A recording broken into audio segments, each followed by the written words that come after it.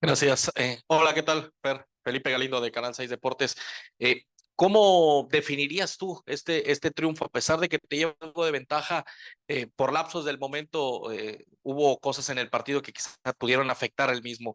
La expulsión, la repentina lesión también de Héctor Moreno. ¿Cómo defines tú esta victoria de tu equipo hoy? Sí, buenas noches para todos.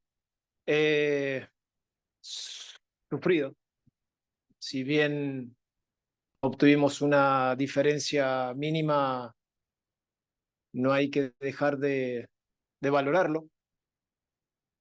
En los primeros minutos se presentaron situaciones que tuvimos que cambiar, situaciones que nos llevó a seguir insistiendo. Los chicos lo entendieron, luego la expulsión. Entendieron también los chicos que había que hacer un doble sacrificio al gran juego que tiene Cincinnati. Es algo también para admirar, algo que si bien lo tenía estudiado hoy en día me sorprendió mucho más de lo que tenía. Felicitarlo al entrenador, al club. Es un rival que a la vuelta hay que tener muchísimas precauciones. Es una mínima diferencia, nada está dicho. Tendremos la posibilidad en casa de poder cerrarla con nuestra gente, pero sí fue un partido sufrido que esa ventaja no determina nada. Profesor, felicidades por la victoria. Antonio Fernández de Nación FCC Sports. Hablando del partido de vuelta, ¿qué hay que cambiar? ¿Hay que proponer un partido distinto después de lo visto el día de hoy o plantearlo tácticamente similar a lo que vimos en este encuentro? Sí, buenas noches. Veremos. Ya con un partido de 90 minutos el estudio puede ser diferente a lo que veníamos al análisis anterior, lo dije y me sorprendió.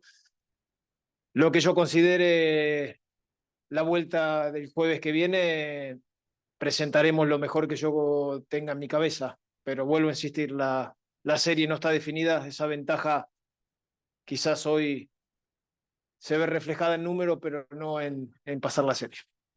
De nada. Profe, buenas noches. Wilson Ortiz de Casillero Deportivo Indianápolis. Usted lo analiza muy bien. Realmente el equipo de Cincinnati perdió 4 oportunidades clarísimas de gol. Ustedes, como lo dice usted, pues se llevan una ventaja, pero al fin es una ventaja. Pero sin confiarse, como usted lo dice, ¿cómo espera usted este mismo equipo ahí en México? Porque se fallaron 4 oportunidades claras de gol que podrían haber cambiado el resultado. Sí, buenas noches. Es fútbol. Oportunidades tuvieron ellos, oportunidades tuvimos nosotros fuimos eficaces en una de ellas. Supongo que irán a Monterrey para poder sacar la ventaja deportiva. No creo que pase por un tema de esperar. Nosotros en casa, con nuestra gente, con nuestra afición, se va a sentir mucho y eso quizás pueda llegar el jugador número 13, como a veces se dice.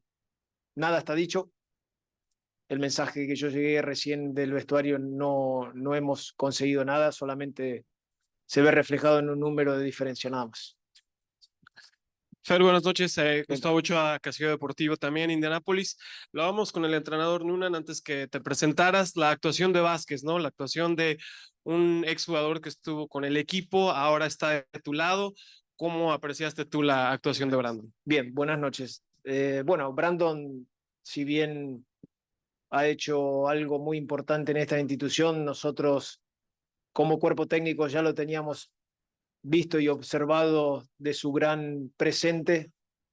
Hoy está y contamos con él, y Brandon habla por sí solo en el campo de juego. Yo soy de la idea de que el goleador, si bien vive de los goles, a mí me gusta el funcionamiento que hace el delantero dentro del equipo. Brandon tiene gol, tiene ese funcionamiento que a mí me gusta y está haciendo su propia historia en nuestra institución. Vamos a abrir una pregunta online. Gilberto Galván, por favor.